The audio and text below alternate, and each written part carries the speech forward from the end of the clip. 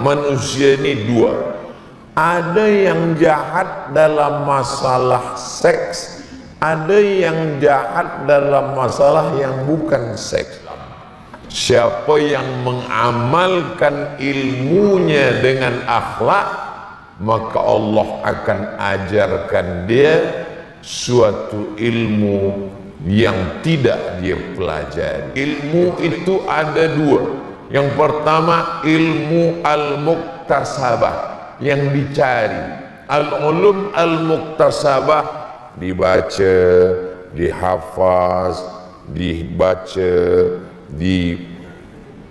tapi ada ilmu al-ulumul mauhibah, pemberian Allah Subhanahu wa ta'ala. Tapi puncak daripada akhlak ini pada sayyidul khuluq, dia yang memiliki akhlak segala akhlak.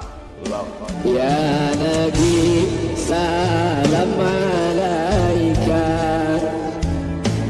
ya Rasul salam alaika, ya Habib. Itu ada satu soft khusus lelaki saja, ada perempuan saja. Untuk tetamu di hadapan boleh.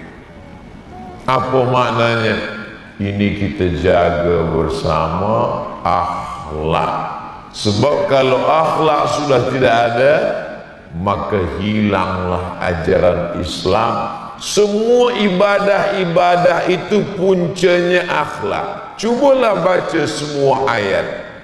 Salat, inna salata tanha anil fahsya wal munkar. Fahsya tak baik, munkar tak baik. Assalamualaikum Ustaz. Waalaikumsalam. Apa beza fahsya dengan munkar? Fahsya tak baik, munkar pun tak baik. Kalau awak solat, insya-Allah semua tak baik, tak dekat.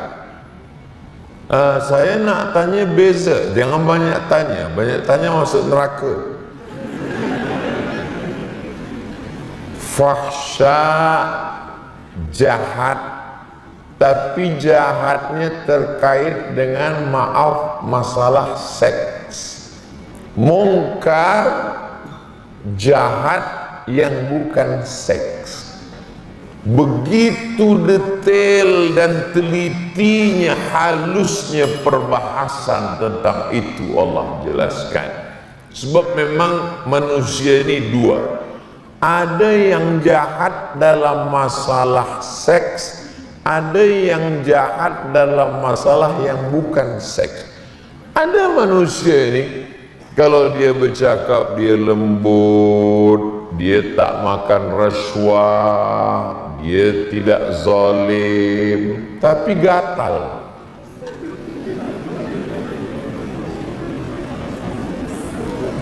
Ada pula manusia ini, dia tak gatal, cakap dia baik, tak nak singgung tentang masalah perempuan, tapi dia tamak. Maka punca daripada solat subuh, solat zuhur, solat asar, solat maghrib, solat isya, qabliyah, ba'diyah, duha, isra, awabin, tasbih, puncanya adalah inna salata tanha 'anil fahsya wal munkar. Akhlak. Bagaimana dengan puasa? Puasa sunat Isnin, Khamis, 6 hari di bulan Syawal, puasa Ayyamul Bait 13, 14, 15. Apa punca daripada puasa? Ya ayyuhalladzina amanu kutiba alaikumus siyamu kama kutiba alal ladzina min qablikum la'allakum tattaqun. Akhlak, takut kepada Allah Subhanahu wa ta'ala. Haji, bagaimana dengan haji? Faman hajja, siapa yang melaksanakan haji, maka dia ujung akhir daripada haji ini adalah 3. Fala rafasa wala fusuqa wala jidala. Semua ini tak baik. Tapi kenapa Allah sebutkan secara terpisah 3? Sebab memang 3 tak baik ini manusia tak sama semua. Yang pertama, fala rafatha, seks, wala fusuqa, non-seks, wala jidala, lidah, cakap kasar, caci maki, sumpah serapah. Ada orang yang maaf, baik, tak jahat tentang seks, tentang masalah haram tamak pun tak jahat, tapi cakapnya Allah, bercakap dengan dia 3 minit pertama yang hati kita tenang, masuk minit kedua tangkai jantung hancur jatuh berderai, galah patah boleh disambung, kaca retak boleh direkat, hati yang sakit kemana obat akan dicari. Boleh untuk status untuk esok pagi.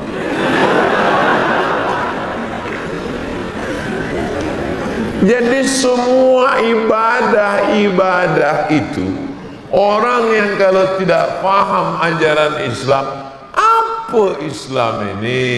Basuh muka, basuh tangan, usap sapu kepala, sapu telinga, basuh kaki. Kenapa tak mandi saja? Kita duduk di kampung air. Assalamualaikum warahmatullahi. Waalaikumsalam. Kenapa? Mohon maaf, bila angin keluar, kenapa yang disiram muka? Kenapa tak tempat angin keluar tu? Ini namanya tauqifi. Kita datang karena Allah suruh buat macam itu.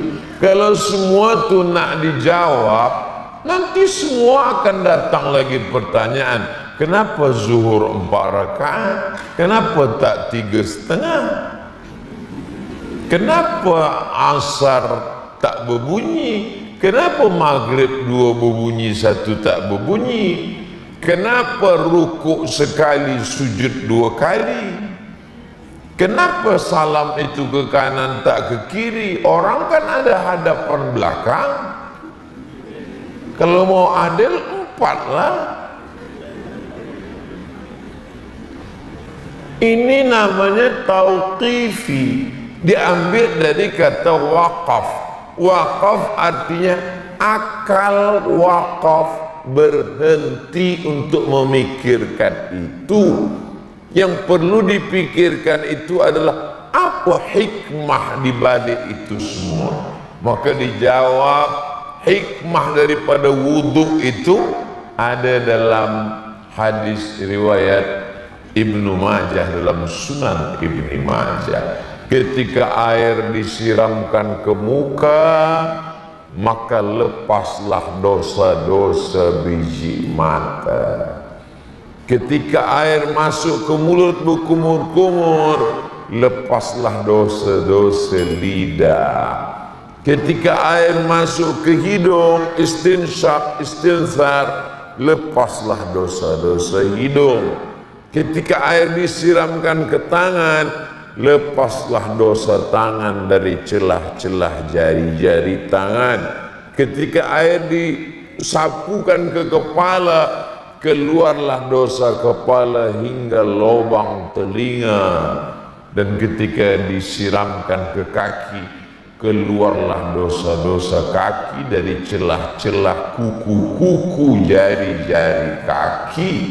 Seandainya Allah tunjukkan maka mata akan menengok dosa itu keluar bersamaan dengan air wudu. Lagi-lagi akhlak. Mana akhlak kita tentang mata, mana akhlak tentang telinga, mana akhlak tentang tangan, mana akhlak tentang lisan. La tubtilu sadaqatikum bil manni wal adha. Jangan engkau batalkan sedekahmu dengan kata-kata kasar. Ada orang yang boleh bagi duit, nampak fakir miskin, orang susah, dia bantu, dia sekolahkan, tapi lisannya kasar. Kalau bukan kerana aku yang menyekolahkan engkau, engkau dah jadi kerbau sekarang ni. Sakit hati orang. Jadi akhlak inilah, maka kadang banyak sekali ulama-ulama itu kita kagum bukan kerana hafalannya, walaupun hafalannya luar biasa, tapi ada yang lebih tinggi lagi daripada itu adalah kerana akhlak. Yang paling tinggi di Mesir dalam bidang agama adalah Wazir Auqaf. Masa pemerintah Presiden Anwar Sadat, maka diangkatlah seorang ulama besar, Syekhul Mufassirin, induk ulama tafsir Al-Azhar, bernama Syekh Muhammad Mutawalli Asy-Sya'rawi, menjadi Wazirul Auqaf, Menteri Agama. Semestinya Syekhul Azhar, Auqaf di atas, Presiden di bawahnya Auqaf. Syekhul Azhar berikan report kepada Menteri Agama. Suatu hari, waktu itu yang menjadi Syekhul Azhar adalah Syekh Abdul Halim Mahmud. Beliau PhD dari Sorbonne University, Paris, Perancis. Tiba-tiba datang Syekh Muhammad Mutawalli Asy-Sya'rawi ke ofis Syekhul Azhar. Semua orang Azhar terkejut. Biasa Syekhul Azhar yang datang, ini kenapa Syekh Muhammad Mutawalli Asy-Sya'rawi yang datang? Assalamualaikum Syekh Abdul Halim Mahmud. Waalaikumsalam. Kenapa Tuan Menteri Agama datang kemari? Kata Syekh Muhammad Mutawalli Asy-Sya'rawi, seorang murid datang kepada syekhnya sebab dia merasa Syekhul Azhar, dia daripada Azhar, lebih mulia daripada dia, lebih tinggi daripada dia, menunjukkan akhlaknya kepada murid-muridnya, kepada orang-orang yang ada di persekitarannya. Itu menunjukkan bahwa ilmu tidak hanya setakat pada hafazan, pada kehebatan. Jadi kalau ada orang yang heran, kenapa Syekh Muhammad Mutawalli Asy-Sya'rawi itu begitu hebat? Allah berikan kemuliaan kerana akhlak yang luar biasa. Jadi man amila bima alima allamallahu ilman ma lam ya'lam. Siapa yang mengamalkan ilmunya dengan akhlak, maka Allah akan ajarkan dia suatu ilmu yang tidak dia pelajari. Itulah yang disebut oleh Imam As-Suyuti sebagai ilmul mauhibah. Ilmu itu ada dua. Yang pertama ilmu al-muktasabah, yang dicari. Al-ulum al-muktasabah dibaca, dihafaz, dibaca, tapi ada ilmu al-ulumul mauhibah, pemberian Allah Subhanahu wa ta'ala. Bagaimana mungkin seorang Imam Abu Ja'far Ibnu Jarir At-Tabari boleh menulis tafsir dengan sanadnya 24 juzuk 1 meter. Itu kalau kita buka haddatsana Dhahhak, haddatsana Mujahid, haddatsana Ikrimah, sanadnya bersambung kepada Ibnu Abbas sampai kepada Nabi Muhammad sallallahu alaihi wasallam. Fi qulubihim maradun. Dia bacakan sanadnya dari Imam Abu Ja'far Ibnu Jarir At-Tabari sampai kepada Ad-Dhahhak, sampai kepada Ikrimah, sampai kepada Mujahid, sampai kepada Abdullah bin Abbas, sampai kepada Sayyidina Muhammad sallallahu alaihi wasallam. Dari mana ilmu itu datang? Dia boleh mengumpulkan sanad padahal belum ada alat-alat yang multimedia yang saat ini. Alhamdulillah, kita, Allah ini sayang dengan kita. Dia tahu Imam Syafi'i balik dari masjid ke rumah, dia tutup telinga. Orang di rumah bertanya, wahai Imam Syafi'i, ya, kenapa engkau tutup telinga engkau? Aku khawatir semua yang aku dengar dari masjid hingga ke rumah ini aku ingat. Ingat deh.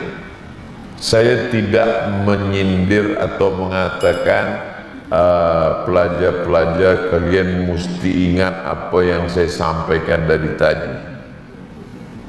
Jangankan pelajar, saya yang menyampaikan pun tak ingat. Betapa ada ilmu-ilmu yang diberikan Allah Subhanahu wa ta'ala. Ada karamah pada para wali-wali, ada mukjizat pada nabi-nabi.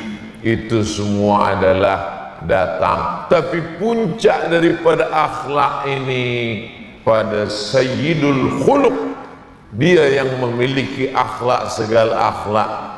Laqad kana lakum fi Rasulillahi uswatun hasanah. Ya Nabi salam alaika, Ya Rasul salam